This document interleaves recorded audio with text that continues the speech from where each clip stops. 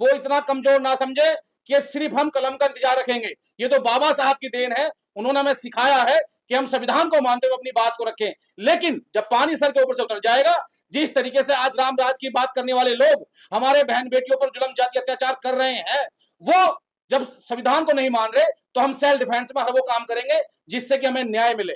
लेकिन संविधान में इजाजत है, संविधान अभी जिंदा है, बाबा साहब की आत्मा संविधान में बसती है। हम लोग लास्ट तक, अंतिम सांस तक संविधान को मानने का प्रयास करेंगे। बहुजन समाज के मीडिया कर्मियों की मंगल कामना करते हुए जो आज प्रेस कॉन्फ्रेंस जो की जा रही है महाबोधि विहार के मुक्ति आंदोलन के उसको गति देने के लिए, जैसा कि आप कह रहे हैं, कुछ मुट्ठी भर लोग ऐसा काम करेंगे।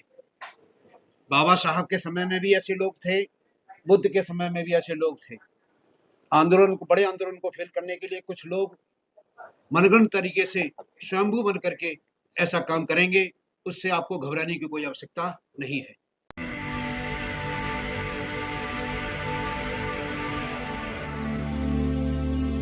देखिए, माननीय भंते जी, विनोदन जी ने जो अपनी बात को रखा कि लगातार वो संवैधानिक रूप से आंदोलन की बात कर रहे हैं और बिहार में चुनाव है, मैं समझ सकता हूँ। सबसे बड़ा हथियार है लोकतंत्र में वोट का।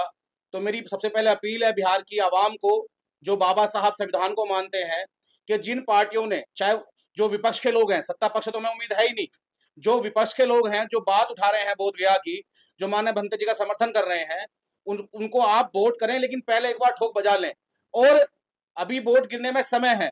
जो हमारे बोध गया को मुक्त करेगा, भंते जी को सम्मानजनक उसमें स्थापित करेगा, हम उसके साथ खड़े नजर आएंगे। और ये लड़ाई सिर्फ बिहार पटना सिर्फ की नहीं है, ये लड़ाई पूरे देश की है। और मैं फिर कहना चाहता हूं, इसमें मुझे कहने में कोई गुरेज नहीं है। एक एडवोकेट होने के नाते अपने सेल्फ डिफेंस में इतिहास उनका लिखा जाता है जो कलम से और तलवार से बात करते हैं। सम्राट अशोक ने जब यहाँ पर जो है तथागत गौतम बुद्ध की विचारधारा को स्थापित किया, तो तलवार के दम पे किया। और वो तलवार की नोक कलम की लोग भी हो सकती है, तलवार की हो सकती है।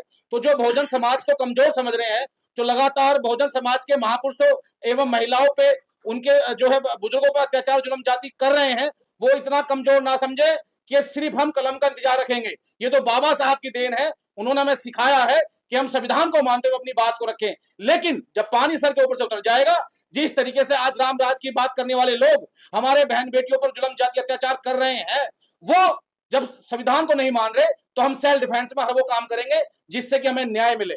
लेकिन संविधान में इजाजत है, संविधान अभी जिंदा है, बाबा साहब की आत्मा संविधान में बसती है। हम लोग लास्ट तक, अंतिम सांस तक संविधान को मानने का प्रयास करेंगे।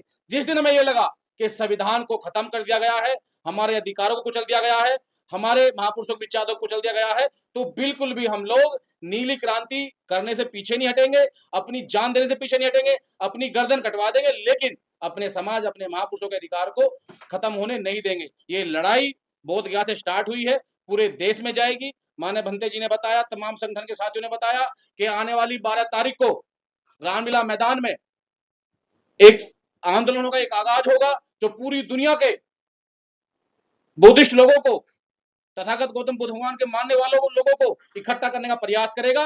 और भारत के इतिहास में पहली बार ऐसे होने जा रहा है कि जिसमें लाखों लोग तथागत गौतम बुद्ध भगवान की विचारधारा को लेकर के बोध गया में, जो वहां पर मठाधीश बैठे हुए कब्जा करके समिति में, उसे छुटवाने के लिए महाआंदोलन करेगा। उसके लिए मेरी आपसे अपील है, अभी समय है लगभग 3 महीने का, सभी अम्बेडकरवादी लोग, सभी राष्ट्रवादी लोग 12 फरवरी को रामलीला मैदान में कूच करें।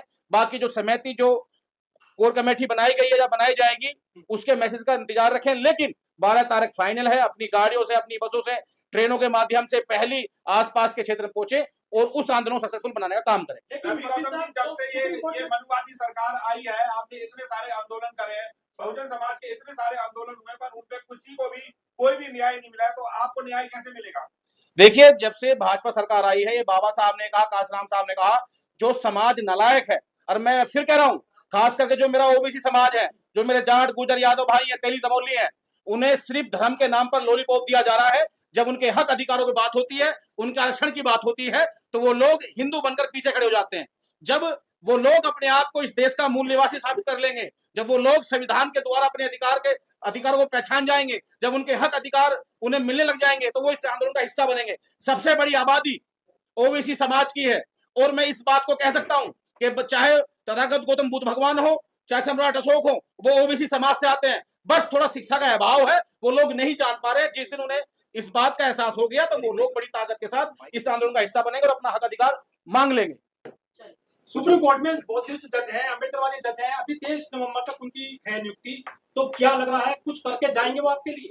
देखिए, हम उम्मीद करते हैं, पीछे कुछ निर्णय लिए गए हैं कि शायद उनकी जो है, जैसे जूता फेंका गया उन पे, तो उनको भी एहसास हुआ कि एक बौद्धिस्ट होने के नाते मुझे सजा मिली है, तो एक बौद्धिस्ट होने के नाते वो एक ऐसा निर्णय ले जो बोध गया में एक मिसाल कायम हो।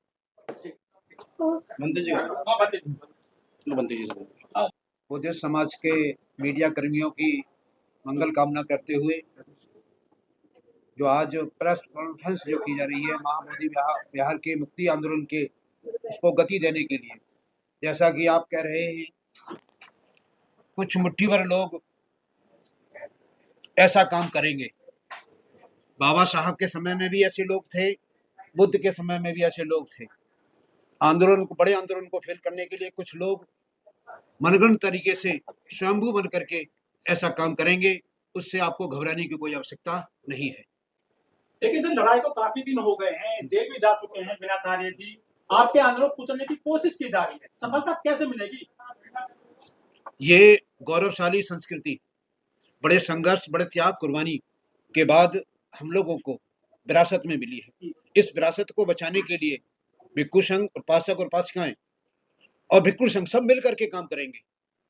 सभी त्याग, कुर्बानी, संघर्ष करने के लिए तैयार होंगे, जब ही हम इस आंदोलन को अंजाम तक पहुंचा सकते हैं। लेकिन आपके जो बोधगया में जो आपका महाबोधि है उसमें शिवलिंग विराज गए हैं, उसको कैसे निकालोगे? ताकत है इतनी आपकी? हाँ, ताकत समाज में एक बार समाज ने दिखा दिया है। 2 अप्रैल 2018 को मात्र 10% लोग SC एक्ट के खिलाफ कितने घंटे के लिए? 4 घंटे के लिए आए थे। अभी जैसे बंते जी का आह्वान है 12 फरवरी 2026 का, अभी तो ये टेलर होगा, उसके बाद वहां से आह्वान किया जाएगा। जिस तरह से 4 घंटे के लिए जाम हुआ, अगर ये नहीं मानेंगे तो हम पूरे देश को जाम करेंगे।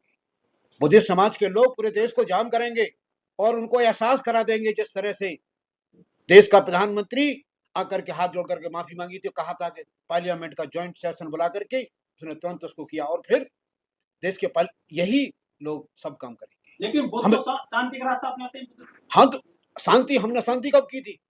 शांति से अपने अधिकारों की लड़ाई के लिए। बाबा साहब ने कहा, अधिकारों की लड़ाई के लिए सिर्फ हमें अपनी आक्रामकता, हमें किसी आगजनी नहीं करनी, रोडों पर आकर के आगजनी नहीं करनी, कोई ऐसा नहीं करना, किसी को गाली नहीं देनी।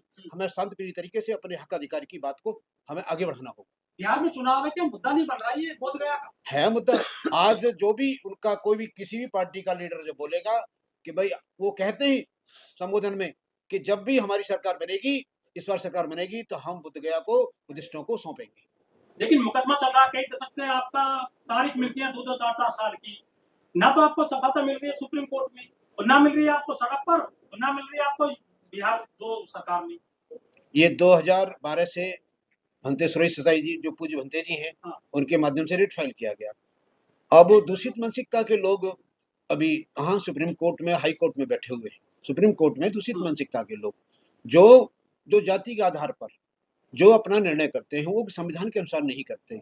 और जब जनता का बल, जनता जब एकजुट होकर के कहेगी, क्योंकि जब जनता एकजुट होकर के कहेगी मिलकर के, तो निश्चित रूप से उनको भी मजबूर होना पड़ेगा। हम उनको मजबूर कर देंगे अपने फेवर में निर्णय करने के लिए, उन्हें करना ही पड़ेगा एक दिन। राम मंदिर का डिसीजन आ गया था आस्था के आधार पर, क्या आपकी आस्था कमजोर है? क्या बुद्धिस्टों की जो डिसीजन नहीं आ रहा आपके पक्ष में? बुद्धिस्ट आस्थावान नहीं होते, श्रद्धावान होते हैं, और श्रद्धा संघर्ष से प्राप्त की जाती है। ठीक है, सबूत है आपके पास में? हाँ, क्यों नहीं, सबूत सब कुछ है, उसका सबूत सब है। आर्कियोलॉजिकल है, प्रियदर्शी अशोक ने उसको बनवाया, और कनिंगम ने उसकी खोदाई किया 1861 में, उसके सबूत हैं। और क्या चाहिए? और आज वहाँ मंदिर, हमारा मंदिर है, और विश्व। लेकिन जो गवाई साहब है वो तो खुद अम्बेडकरवादी है, बौद्धिस्ट है, इसका फायदा मिलेगा क्या आपको? क्या लग रहा है 23 नवंबर तक अभी है तो सीट? हाँ, फायदा मिलेगा, लेकिन क्या है कि आप जानते हैं उनकी कहाँ से निकले हैं वो, आप भी जानते हैं कहाँ से निकले हैं, क्योंकि उन्होंने, उनके फादर ने सदैव दूसरों के साथ मिलकर के काम किया, समाज में मिलकर के तो काम नहीं किया। लेकिन 132 दलित सांसद हैं जो एससी कोटे से चुने जाते हैं, हाँ। 1200 विधायक हैं, वो तो आपके लिए काम कर सकते हैं, कुछ आंदोलन में भाग ले सकते हैं। नहीं कर सकते, वो पार्टियों के प्रतिनिधि हैं। सिर्फ जो भी सांसद हैं इस देश में, किसी भी उसके पार्टी के सांसद हैं, समाज के सांसद नहीं है, इसीलिए वो कोई काम नहीं करेंगे। ठीक है।